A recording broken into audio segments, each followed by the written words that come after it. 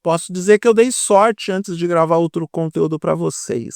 A pauta original não era essa, mas como eu recebi o release de imprensa da Motorola, eu tô aqui nesse vídeo para falar do lançamento do Moto G17 no Brasil. Smartphone de entrada, com enorme bateria, tela muito brilhante, câmera focada para os influenciadores e produtores de conteúdo e preço abaixo de R$ 1.500.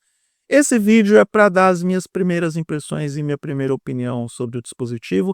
Mais para frente eu falo os 5 motivos para você comprar e os 5 motivos para você repensar a compra em 2 vídeos dedicados, mas neste momento vamos nos ater apenas ao fresco da novidade, ao primeiro impacto, à primeira impressão sobre a chegada do modelo ao mercado brasileiro. Eu sou Eduardo Moreira, esses são os meus 5 centavos sobre o lançamento do Moto G17 no Brasil.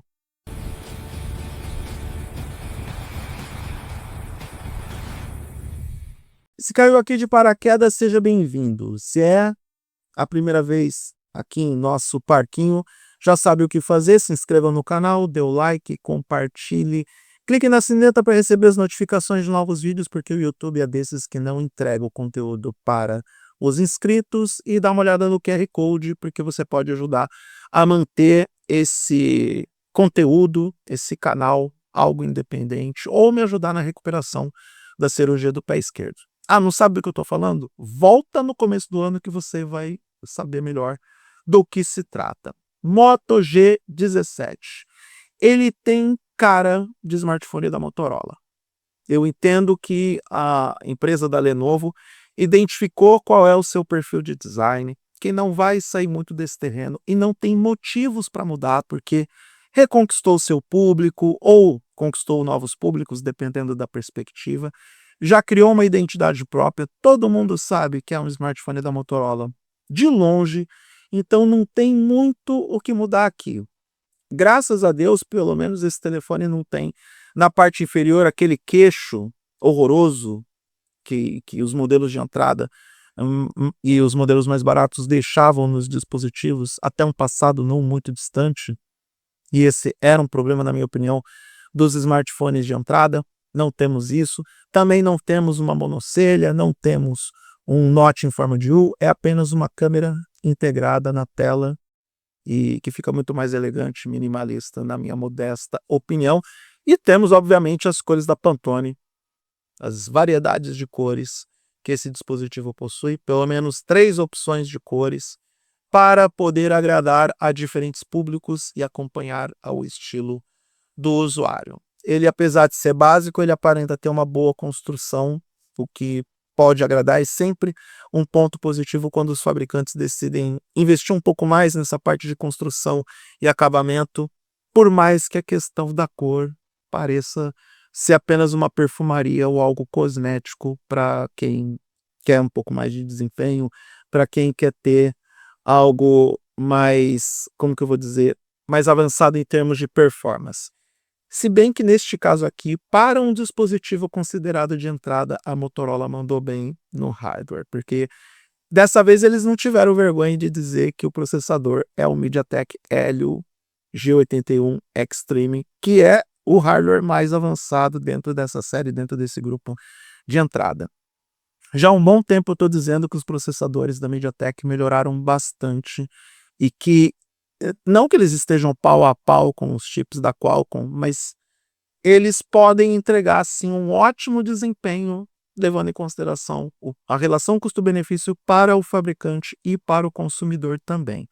Sempre convido, e eu não sou advogado da MediaTek, não tenho procuração deles, esse vídeo não é patrocinado por eles, mas eu sempre convido que você deixe de lado um pouco esse ranço que você eventualmente pode ter em relação à MediaTek e comece a olhar para os processadores da marca com um pouco mais de empatia e respeito, porque eles podem te entregar uma boa experiência de uso. Para quem vai usar esse smartphone como básico, apesar da Motorola sugerir que ele pode ser um dispositivo para os criadores de conteúdo, e existem motivos para que essa premissa ou esse argumento se torne algo válido e crível, mas para quem quer o básico, esse dispositivo tem tudo para mandar bem. O único ponto que eu sempre vou torcer no nariz para os telefones de entrada, e aqui não há muito que eu posso fazer, né? Que com a crise das memórias, que com os módulos de RAM custando cada vez mais caros, 4 GB de RAM volta a ser o novo normal para os modelos de entrada. Isso se a gente não encontrar alguns dispositivos de linha média que são lançamentos em 2026 com apenas 4 GB de RAM. Aí a Motorola coloca lá mais 8 GB de RAM Boost, totalizando 12 GB. E para quem está vendo esse vídeo como primeiro desse canal, eu vou refrescar aquele mantra que eu venho pregando nos últimos anos. Eu não desejo 4 GB de RAM nem para o meu pior inimigo. Apesar de que nós temos processadores melhores com melhor otimização nos últimos anos, o que acaba melhorando a qualidade e a experiência de uso dos smartphones mais básicos. Porém, essa história da RAM Boost, essa história da memória virtual não cola, não funciona. E eu prometo gravar um vídeo em 2026 explicando por que a RAM Boost ou RAM virtual, porque a Samsung faz a mesma coisa, por que esse esquema de memória virtual em um smartphone Android não me convence em pleno 2026.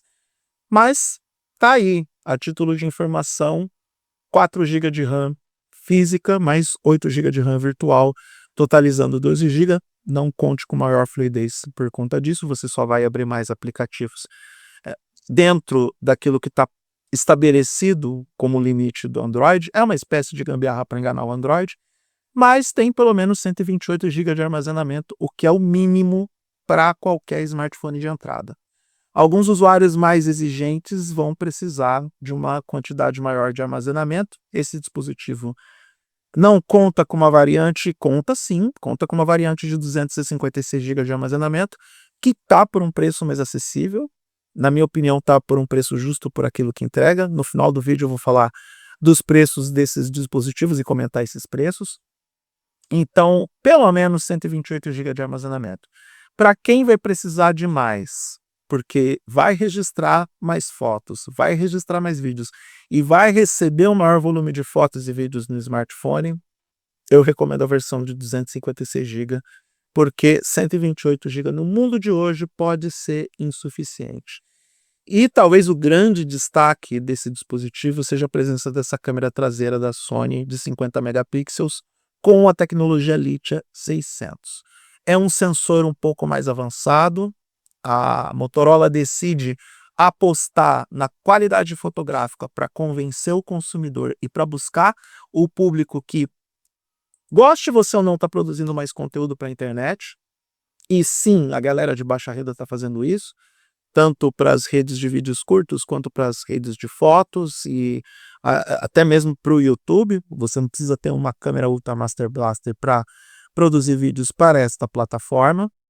Então, a tendência é que esses dispositivos que são de entrada, que são com hardware um pouco mais limitado, ainda assim recebam câmeras com qualidade melhor. E contando como aditivo com a inteligência artificial que a Moto X já está integrada nesse dispositivo, a gente pode dizer que dá para pelo menos prospectar, olha que palavra bonita, prospectar bons resultados fotográficos e de vídeo para o Moto G17. Em teoria, espere os primeiros reviews, espere as primeiras análises, porque a prática é muito diferente na teoria, e principalmente levando em consideração esse universo de telefonia móvel. Tem uma tela Full HD Plus com brilho de 1000 nits, o que é muito brilho, é uma tela muito bem iluminada, e taxa de atualização de 60 Hz, o que pode desagradar a alguns usuários que queriam uma maior fluidez no smartphone. Alguns dos concorrentes diretos desse dispositivo, principalmente modelos da Realme, da Xiaomi, os modelos Redmi, eles contam com uma taxa de atualização de pelo menos 90 Hz na tela. Por outro lado, para o uso mais básico, eu acredito que não vai ser um problema. Para o cotidiano daquele usuário que quer o básico, esses 60 Hz, apesar de diminuir a fluidez, pode não ser um impeditivo para, de repente, procurar investir o seu dinheiro no dispositivo. E também temos uma bateria de 5.200 mAh para aguentar a potência desse processador, que apesar de ser de entrada, ele é um processador um pouco mais potente do que as outras carroças que temos em alguns dispositivos de entrada, e também para suportar essa tela ligada por mais tempo, porque é uma tela bem brilhante e isso acaba consumindo a bateria do dispositivo. Preços: R$ 1.299 à vista, mas já pode ser encontrado, por exemplo, no site da Motorola a R$ 1.169,10 no Pix. Esse valor é para o modelo de 128 GB e o modelo de 256 GB de armazenamento por R$ 1.499 ou R$ 1.349,10 no Pix ou pagamento direto no cartão. Você também pode pagar em uma vez e ter esse desconto de aproximadamente 10%. Parcelamento em 12 vezes sem juros na loja da Motorola. É um dispositivo bem interessante, tá? Levando em consideração o cenário caótico que nós vivemos em relação à questão econômica, algo que não necessariamente foi provocado pelo Brasil, porque não foi o Brasil que consumiu todas as memórias do mundo para colocar em plataformas ou máquinas que rodam inteligência artificial, mas a gente sente os efeitos do mesmo jeito, tal e como acontece com os principais mercados globais. Então, tá na cara que esse smartphone, que conta com fabricação nacional, não foi impactado pela crise das memórias. Conta com uma tela interessante, conta com uma bateria de boa capacidade, conta com câmeras acima da média para os modelos de entrada, conta com uma nova inteligência artificial para poder otimizar tudo. O que pode dar errado, dona Motorola? Eu não sei.